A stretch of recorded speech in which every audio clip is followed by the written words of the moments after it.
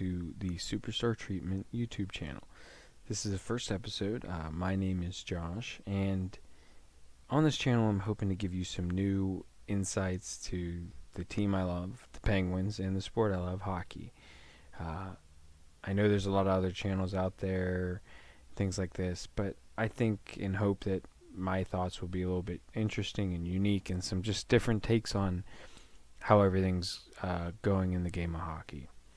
I'm hoping to produce videos with some predictions, some reactions. Maybe not every game at first. I'll kind of see how the feedback goes. But, I'm hoping to do it every couple games. Seeing who's doing good, who's not. Anything interesting that maybe happened in the games, things like that. Now, another quick thing I want to go over is an explanation of the title. It pays tribute to my favorite player, Max Talbot, known as the Superstar or Mad Max. When I became a fan in the late 2000s, he was a big part of the team at the time, and some of his commercials in the Pittsburgh area were about getting the superstar treatment at a car dealership. So it was always just funny to see his quirkiness in those commercials, and just a little tribute to something that's significant to my fandom and a player. So that's why I named it that. So here's what I'm hoping to cover in this first video. I'm really thinking, let's just talk about what I think the team's going and what they need to do. Kind of a prediction on this season. But before I do that, I'm going to give a quick background of the leading up of the past 10 years. So I'm sure you know what has happened, but you go back 10 years, you're looking at 2009. So 2009, the Penguins have a second consecutive cup appearance, but in the process of getting there, it was a crazy season. Michel Therrien gets fired, a terrible first half. Dan Bylsma gets hired, the youngest coach in NHL history, I think, at the time, and winds up leading them to a Stanley Cup. I mean, just crazy kind of fairy tale stuff there. But after that victory and all the optimism, the franchise's third cup, you think it's bright days ahead of you. But unfortunately, the opposite happened. The next 5 seasons, from 2010 to 2015, you're looking at some really, really disappointing knockouts in the playoffs, some injuries, big names, big parts of the team leaving. But that's just kind of the reality of the game sometimes. You've got, like I said, the playoff series. You got the Philly series, which, I mean, neither Fleury nor Brizgalov could stop a beach ball that series. And unfortunately for the Penguins, the Flyers were able to come out on the positive end of that. But you also got the Boston series where the offense just evaporated in the Eastern Conference Final. But the biggest thing, obviously, in that time frame you got to look at is the Crosby concussion saga. I mean, for 2.5 years, you had no clue what was going on. I mean, there were moments where we wondered, would he ever lace up the skates again and play for the team? And, especially after that amazing return, and then to shortly thereafter have that fluky injury that a lot of people thought was another concussion, which winded up being kind of connected but unconnected spine injury. But it just was a scary time frame there. And you had, obviously, the coach firings. You had Bylsma get fired, and then Mike Johnston get fired. You also had GM firings. Longtime GM Ray Shero was fired. Jim Rutherford was brought in. It just, overall, things were very, very bleak, and it looked like it might have been a wasted era. But then you fast forward, and you get to the next year, 2016, and as I kind of like to think of it in my head, was the return to glory. it had a lot of parallels to that 2009 Cup where the season started off atrocious. And I remember to the day because, ironically, it's my dad's birthday, and I was about 10 days away from graduating college. So I was sitting in my apartment after cooking my dad a birthday dinner, and I got the news that Mike Johnson had been fired. And, nothing against the guy, it just didn't seem like it was a fit. And, it was an interesting pick at the time. I definitely remember it was a little bit of an off the board pick, but I remember hearing things about Sullivan in the leading weeks when there was a lot of question marks around Johnson's security. And I was excited for Sullivan, and it was again one of those just instant changes. It was like the team needed exactly what Sullivan brought. Just like Bylsma needed to come in and make it fun again, kind of after the, if you will, kind of dictatorship and drill sergeant esque personality of Michel Therrien.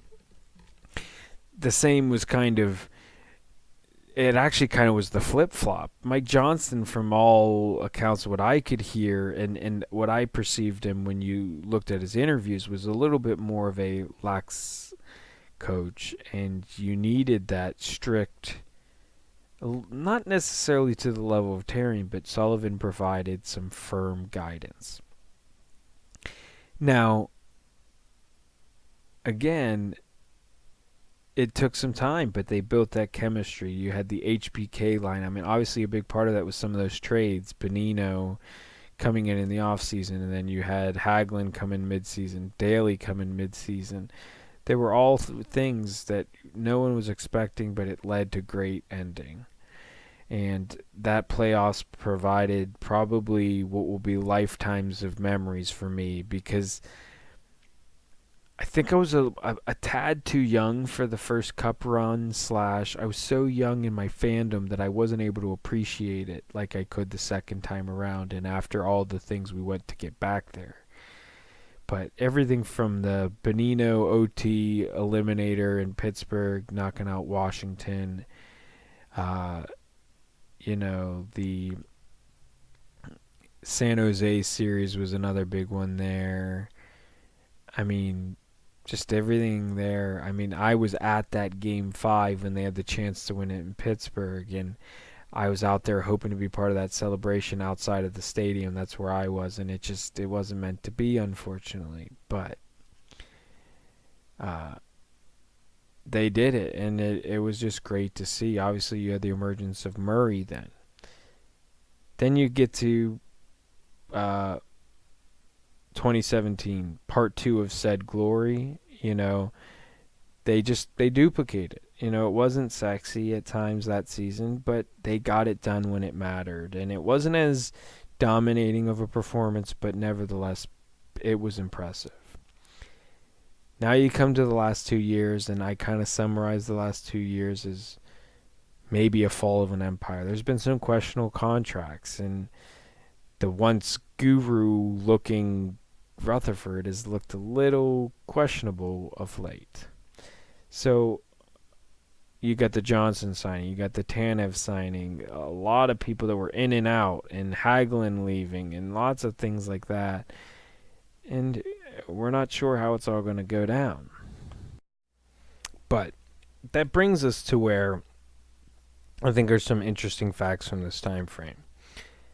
The Penguins, as I'm sure you're aware, have the longest active playoff streak right now, 13 consecutive seasons.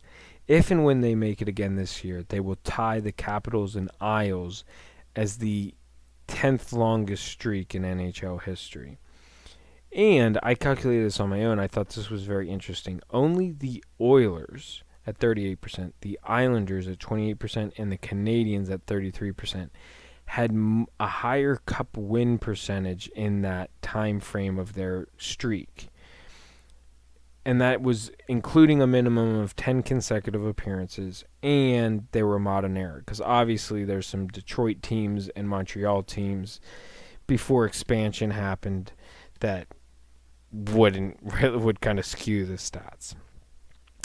Another interesting fact, I think, in this time frame, 3 of the top 20 active point getters in the NHL have played with the Penguins during this time.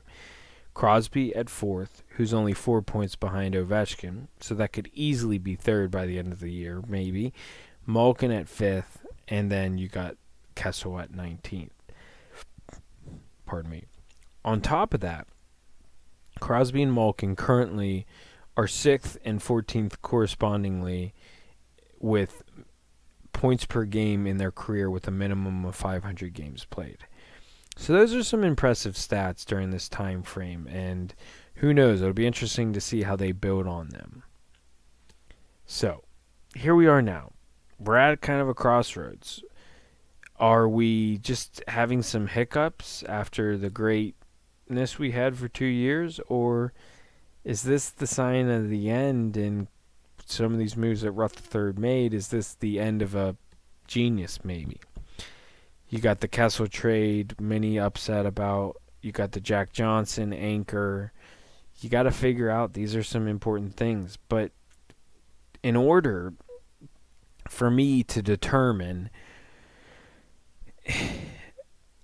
what I think this season's going to be, I think is defined by what I called the question marks. And I have 4 main question marks.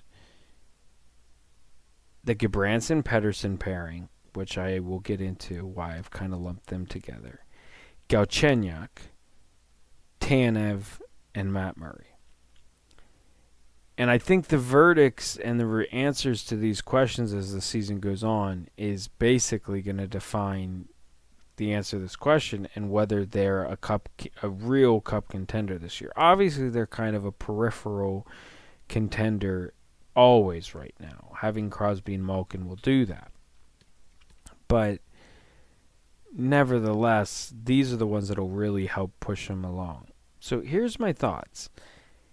Gudbranson, let's start there. Many people, much smarter than I, led me to believe that it was going to be Johnson 2.0. And I'll admit, with Johnson, I tried to hold out hope. You know, again, right before leading up to the Johnson trade, you had the reclamation projects of Justin Schultz and Trevor Daley. Both that seemed like more or less, if nothing else, meaning, just whatever trades, they wound up being very instrumental to the cup win. And again, so going back to what I was saying about Johnson, I had some hope that maybe they were able to do something that others hadn't. But unfortunately, I think given a year's sample size, it's pretty obvious that that's not going to be the case. Obviously a year's not a huge sample size, but it's not looking optimistic, to say the least. But coming back to Gudbranson, he definitely, at least in the small 19 games sample size of last year, which I believe includes his 4 games in the playoffs, was not Johnson 2.0. Granted, he's not going to be counted on the scoreboard. That's going to be, when it comes to the defense, the scoreboard job is going to be Justin Schultz and Letang's job. Other than that, obviously the offense is going to be left to the forwards. But his plus-minus, which I do acknowledge is not probably the best indicator of everything nowadays. We now acknowledge and know that. But nevertheless, in his 19 games with the Penguins, he was a +7. Now, I realize that may sound, okay, whip-de-doo, +7. That's not that great. But here's what I think makes it pretty interesting number. In his career, which I believe, if I'm remembering correctly, was, I think, roughly 5 or 6 seasons in the NHL, Gudbranson has never had a positive plus-minus in his entire career. And not only that, but many of the years, including his time in Florida and time in Vancouver, included -20 plus-minus seasons. And in fact, on top of that, in the 57 games played last season prior to coming to the Penguins with Vancouver, he was a minus 27. That is an unbelievable difference, going from minus 27 to 7. That's not something that is just a fluke. There's got to be some kind of connection there when you got that big of a change. Now, granted, I don't know who he played with forward-wise when he was on the ice. I don't know if he was being deployed with Crosby, Malkin pairings maybe, which would obviously help cushion that. But still, he was playing with Pettersson, who, although reliable, is not overly offensive himself.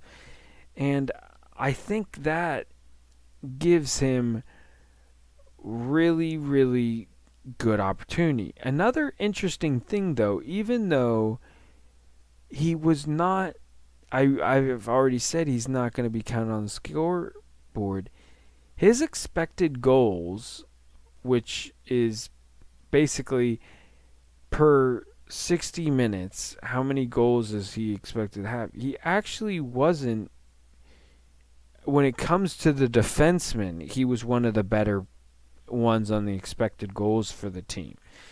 And I think given all those things and his chemistry with Pettersson, which I'll get into just in a moment, I think that gives you some real optimism. I apologize. Gives you some real optimism for where that pairing could go and maybe forming a solid second pairing. And last but not least, you factor in the recent track record of Daly and Schultz, as I've already mentioned. It's still enough to be optimistic that maybe they can work this one out as well. I mean, there's definitely some signs that they might have. Now, going into Pettersson, another interesting pick. At the time, it again maybe felt like a disappointing one because if I'm remembering correctly, he was the return in the Daniel Sprong trade, which Daniel Sprong was one of those prospects that a lot of people for many years had been waiting and waiting or were really excited about. I mean, I remember a couple years ago he had a pretty exciting preseason, but it just never seemed to formulate and materialize in the NHL when he was given those chances. And Pettersson was kind of brought over. No one thought much of him, but it ended up being a very important and steady piece last season. It's only his third season this year, and last year was his first full season. And he made a significant jump in games from 2 years ago. I mean, he went from 22 to now a full season. And during that, he was a plus 13. So, again, he was pretty reliable. And even more indicating of that, his Corsi 4 percentage, which for those of you who are not aware of some of what these advanced stats mean, and you may have heard, think of Corsi as plus minus for shots. So, every time your team shoots a puck while you're out, you get a plus. Every time the other team, it's a minus. The only thing that's a little weird is missed shots and block shots still get counted in Corsi. So he has a positive Corsi 4 percentage, which means when he was on the ice, his team more often than not had possession. Now, granted, it was minutely over. It was at 52. But again, just to give you perspective, I think the highest of numbers by anyone with over like 20 games was in the 60 percentile. So it's not like you got people in the 90% or 80%. You know, most people are in that 50 to 60 range if it's a positive. And I think that's, again, something that gives some promising indications to how he's going to play this year. Also, at 20, at his age, he's already playing and was relied on average last season for 18 minutes a game. And that's pretty decent. So, But here's the final thought I have on them is if and when Pedersen and them have the Pedersen and Gudbranson have the chemistry I am predicting, that means for the third pairing, whether it's actually the third one or just the second pairing, because obviously top pairing you got Letang and I believe Dumoulin. But that leaves you with Johnson, Schultz, Trotman, Ruedel, and Ricola this upcoming season. Now, again, we've talked about Johnson, but you got to try and salvage that with the cap hit and everything that he has. You can't just get rid of him. And I don't think there's a buyout coming anytime soon. I don't even know if there's any. I don't know the rules really well if he's even eligible for a buyout. But nevertheless, maybe in a third pairing sheltered minutes, playing in very defensive oriented situations, it may not be the worst thing ever. But again, even some of his defensive numbers aren't the best. But Schultz hopefully will have a bounce back season after a disappointing one, mainly because of a leg injury, broken leg. But then you got Trotman and Ruedel, who are definitely serviceable fill-ins as a 7th D to rotate in. And then you got Juuso Riikola, who last season was kind of the interesting rookie in the preseason and opening games. So I didn't get to follow him this year in his progress, but hopefully if he continued as he was starting to do last season, I mean, that could be another really great addition. And again, every time you can have one of those young guys step up like Pedersen and Riikola, that's a huge step because not only are they contributing, but they're making a very little dent on this cap hit. And in a hard cap era, that's what it is. And for the record, totally for the hard cap, I think it makes the game interesting. It adds another level of strategy to building a team. I know there's some people that want the luxury tax, soft cap. I just don't think it's going to work that well. I hear the arguments for it, but I think it would really hurt the smaller teams, in my opinion. But I'm no expert. So, in summary, I think of all the things I'm feeling most hopeful about, I think Pedersen and Gudbranson are going to make a great pairing, and they're going to be a big part of the turnaround this season. That brings us then to Galchenyuk.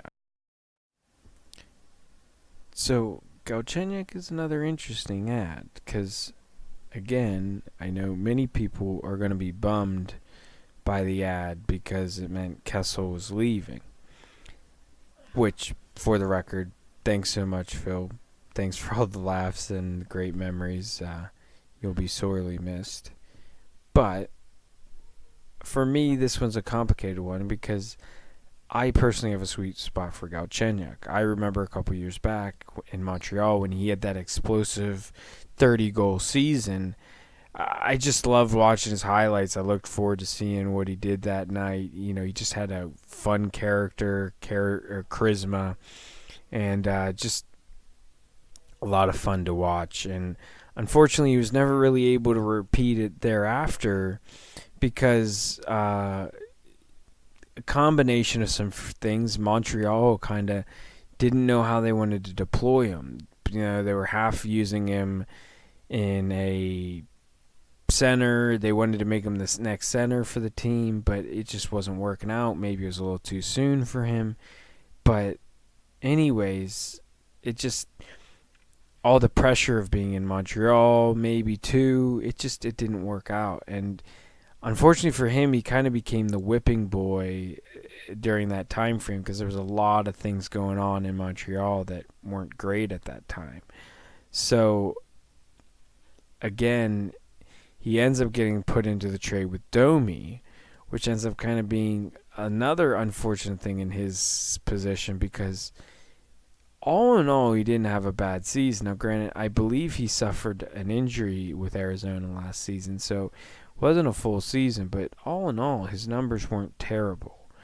And but the problem is unfortunately for him, Domi had a career year, and if and when Domi continues at that pace, it does feel a little bit like maybe Domi kind of was, Montreal won that trade. So that has kind of unfortunately hurt his perception, I think, as well. But some of the things that I think are positives to him, he's been a pretty consistent goal scorer. Over the past 5 seasons, only 1 year has he failed to not score at least 20. 3 of those 5, he was right around the 20 goal mark. And one of them, as I've already mentioned, was that 30-goal season. Now, beyond that, his Corsi is very good as well. His Corsi has always been around 57 in the high 50s, which, again, as I stated earlier, is pretty dang good when you look at the numbers in the NHL. And that's been across everywhere he goes. No matter whether he was playing in Montreal and the different line changes, all that, and whether it was in Arizona where he was supposed to be kind of, I think, a little bit of the offensive push, not necessarily seen as a contributor, but I think the driver. But he's always been able to have that positive Corsi for percentage. So I think that's, again, something that is very promising. You factor that in with, again, we could be looking at having him play with Malkin, because even though there's been a little bit of a dilemma whether he's a center or not, to be honest, on the Penguins, we don't really need him at center because you got Crosby, Malkin, obviously. And then, as the roster's written down right now, and as I see projections, a lot of people projecting Bjugstad at third, which I think Bjugstad is a serviceable third pairing. And obviously you're not talking Galchenyuk in the fourth pairing. So, or fourth line. So I really, really think that there's a good chance he might spend some time with Malkin or Crosby.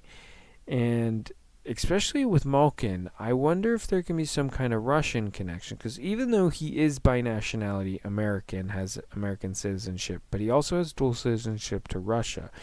So I'm assuming that he probably has Russian parents. But again, Malkin's never played with any Russian-speaking forwards, I think. At least not for any long periods of time with the Penguins. He only had Gonchar, who was more of a mentor than really someone to have any kind of chemistry with as a peer, if you know what I mean. So these are all interesting things to look at. So overall, what am I thinking for Galchenyuk? I really think that Galchenyuk, again, is going to be a solid point producer on the team. And I think there's a chance that given the people that he's going to be playing with and the talent, he could really have some significant increase in stats. But I don't know. I mean, he's probably not the sniper, definitely not the caliber of sniper that Phil was, but maybe he's a little bit of like even a James Neal light. I'm not sure if that's quite a fair comparison, but again, who knows? He could be a real solid secondary contributor. So that's my thought with Galchenyuk. Now coming to Tanev. The biggest thing with Tanev is nothing really to do with his on-ice play. As I'll get to in a few moments, a lot of his stats are actually quite positive. The problem is some of his comparables when you're talking about contract length, term, and stuff like that.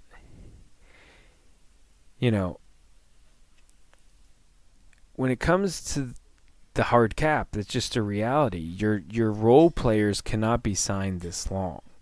And maybe the question is that maybe Rutherford doesn't look at Tanev as a role player. Again, kind of repeating what I said about Galchenyuk, maybe he was thinking about putting him up in the lineup with one of Malkin or Crosby.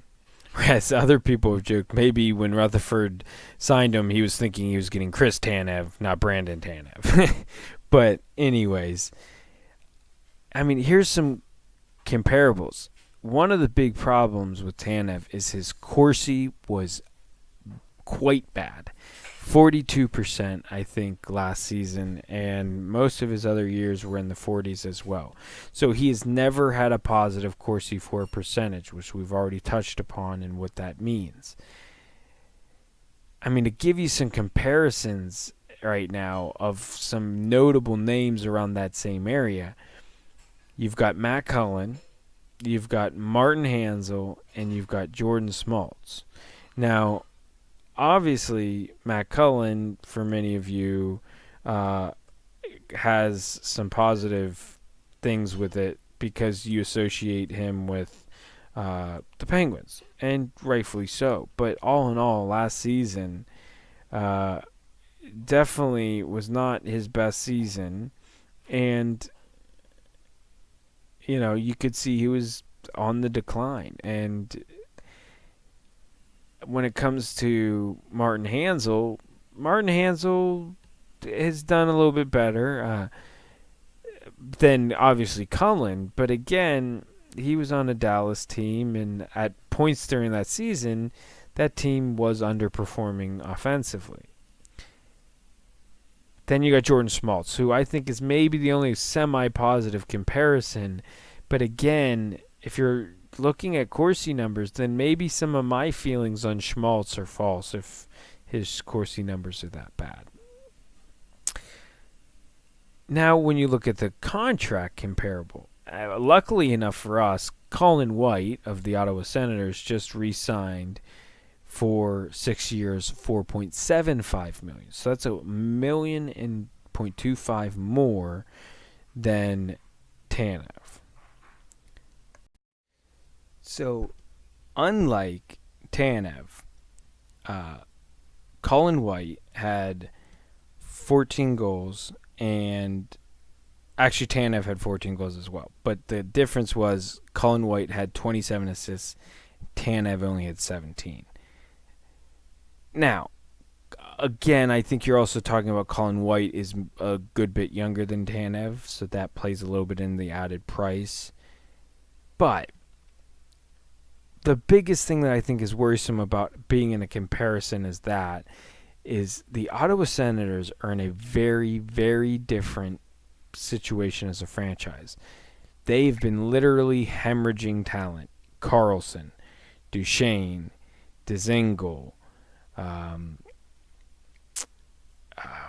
what's his name? Bobby Ryan has always been hurt and not really been living up to expectations.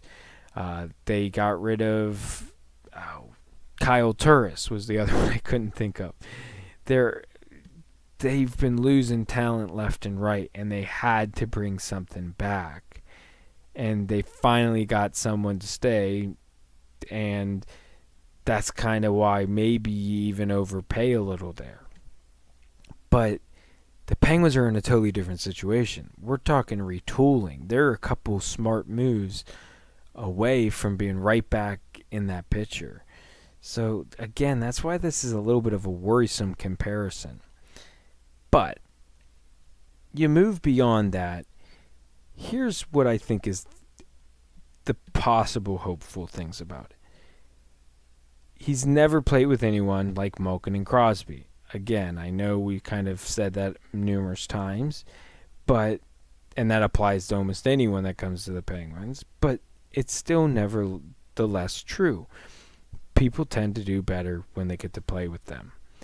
And if and when that's what Rutherford is envisioning him, maybe this contract doesn't end up being terrible. If nothing else, maybe the first couple years end up being kind of great, and then we have to deal with the things down the road. And if anything at that point, if you're talking about a couple years down the road, only a couple years left, maybe you can get someone to bite on it, especially if he had some success. But when you look at who he's played with, he's only really played like last year when he had a career year. So in all kudos to him, he was playing with Kopp and Lowry. So they had some chemistry, nothing against them, but they're, again, no Crosby Malkin. So who knows what could happen when he comes here. And also, like I said, he had a career year. He had a pretty significant jump in his points from the years prior. And all in all, 14 goals, 17 assists for if and when he is a depth player on the team, that's pretty decent. So it'll be interesting to see how things pan out with him. But for me, my verdict on Tanev, it's a coin flip. It could just as likely be terrible as it ends up being great. But more than likely, it'll be somewhere in the boring middle. Last but not least, come to the Murray. And Murray is a real tricky one for me. Murray's really a tale of two cities. I mean, you've got 2 years, but really when you think about it, only about a 12-month period of time of greatness. And then the past 2 seasons have been mired with some question marks. Now, granted, he's always had some injury unluck, or bad luck. And unfortunately, a couple years ago, he had the passing of his father, which no one can understate the amount of effect that can have on someone. But nevertheless, you look at what we thought we were going to have as a goalie to what we're looking like we got now. I mean, things looked very bright, and not saying that I wish we had Fleury back or anything, but at that moment in time, it looked like that was the right thing to do. And I think we did do the right thing given the facts we had at that time. Just like a lot of people like to debate about the Garrett Sparks situation in Toronto. Given what happened last year and everything going into last season, keeping Sparks and losing those other 2 goalies was the right thing to do. Now, unfortunately, it wound up backfiring, but you can't predict the future. You can only go off of the facts you have at that time, and certain things are just unknowable. So, I mean, here's some of the stats for me. I mean, when you look at, excluding those 2 cup runs, which again, as I've said, are basically in a period of 1 year, which we've known plenty of goalies that go on a hot streak of a year. I mean, one of my favorites was the Arizona run a couple years ago. Big part of that was they were riding the hot streak of Mike Smith. And another big one was a couple years prior to that even, the Calder winning Steve Mason. Steve Mason since then has bounced all over the place. And so goalies are a finicky beast, and I think, when you look at his numbers, you've got the first 2 seasons very good, but the past 2 years, he's been sub 92% save percentage. Now, granted, last year goalies' save percentages were down, so he still actually was about league average, slightly above, I think, actually. But his numbers by his standards were not great. And when you look at his goals against average, since those 2 years, they've gone up by nearly half a goal a game, which that is not a good trend. So which Murray are we going to get this year? Now, granted, he's had some hot moments still, but if anything, I'd rather see a little bit more of a boring middle than seeing the really high highs and the low lows. And because with a team like the Penguins, you just need, for the most part, league average goaltending. So, at the end of the day, I think this is a make or break year for his career. If he doesn't have a great year this year, honestly, I think he's just another one to go in the annals of a great year, and he just happened to have it at the right time for us as a franchise, and we got to regroup. But if and when he has a bounce back season and has a very good season, then I think that's an indicator of, ironically, the contrary, and that he maybe is one of the best, because all of the best have their ups and downs. Look at Carey Price. Look at Marc-Andre Fleury, that many of you may be begging and wishing we had back. They've all had their ups and downs. I mean, let's all not pretend that we didn't at one point be wishing that Fleury was gone, and he was the reason for all of our problems. We all thought that at one point. So that's where I think with Murray. But if I'm being honest, what do I think is going to be the result? I'm not optimistic. I think he really was one of those ones that just caught magic at the right time. But I hope I'm wrong, because Murray's a great guy, and I obviously wish him success. He's on our team, but I'm just trying to give my realistic opinions. So, with all that being said, what's the verdict? What do I think this season's going to be? The only ones I'm feeling really optimistic about when it comes to my question marks, I said, is the Gudbranson-Pettersson pairing. I have high hopes for them.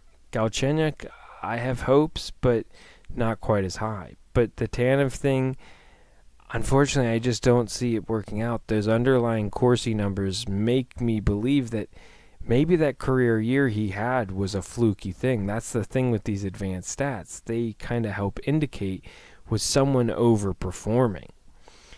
So with all those things given, plus you factor in that there's going to be the eventual injuries that the Penguins always seem to have to deal with, and probably one of them coming to either Malkin, Letang, or Crosby.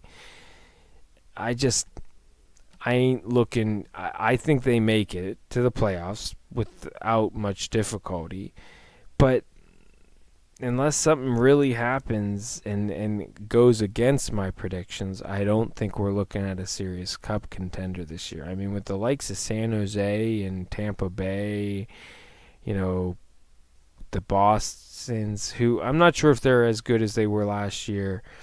Not that they're not still good, but it's not going to be easy. And the Metro in particular, you got New Jersey making some interesting additions. You've got the Rangers making some interesting additions. So the Metro is not getting any easier.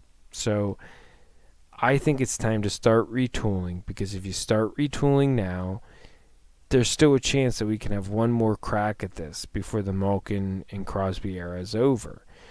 And you got to have something in a couple years when their contracts are coming to an end to give them some hope. Because otherwise, I think Malkin in particular, you could see Malkin walk away and try to go somewhere else in free agency. I doubt it a little bit more with Crosby, but you never know. So, with that being said, I really hope you enjoyed this video. If you did, please like, comment, heck, even subscribe. I hope to release some more in-depth videos in the future. What I'm tentatively planning to do is look at some of the younger secondary contributors like Zach Aston-Reese. Richard Cahoon was another addition that could have some impact on what I've been saying. But again, as I said earlier, these young guys on their entry-level or low-paying contracts, those are the ones that you need to have the surprises with. Those are the ones that really help the team get along and make that next step. So keep an eye out for those in the near future. I'm really hoping to do that soon. So till then, this has been the first episode of the Superstar Treatment, and I'll talk to you soon. Chicka. So I'm sure many of you were yelling at me while I was talking about Pettersson, saying, what an idiot. He's trying to tell us how smart he is, and he doesn't even know that Pettersson's not re-signed. Well, I missed it. I don't know how. But in the article crediting Pensburg, they were saying that there might be an option that we could re-sign him for a one-year bridge deal at anywhere under, I think it was 1.3 million something. Now, I don't know if he'd go for that, whether he liked it in Pittsburgh enough, and whether that's something he'd be willing to entertain. But obviously that does affect my prediction a little bit, mainly on the end of Gudbranson. If he's not playing with Gudbranson, that was part of my optimism for Gudbranson having a good season. I'm not saying that I don't think that Gudbranson will play badly, but I don't know if some of my feelings of how well he was going to play will be to the same level. Granted, they have some time to explore some options with maybe him playing with Schultz, Trotman, Ruedel, or even Ricola. But still, that's less known than what we were going and talking about the chemistry with Pettersson. Hopefully it works out. I don't know. But if not, that does affect my prediction a little bit and just further says to my point of I think it's time to start bringing in the picks. So I appreciate you sticking with me and my little bit of dumbness. I'm kind of new to this, so I didn't want to totally re-record everything. And so hopefully you enjoyed the video again. And if you did, click like, subscribe, tell your friends, comment. Give me suggestions. I'd love to hear your ideas. I'm new to this.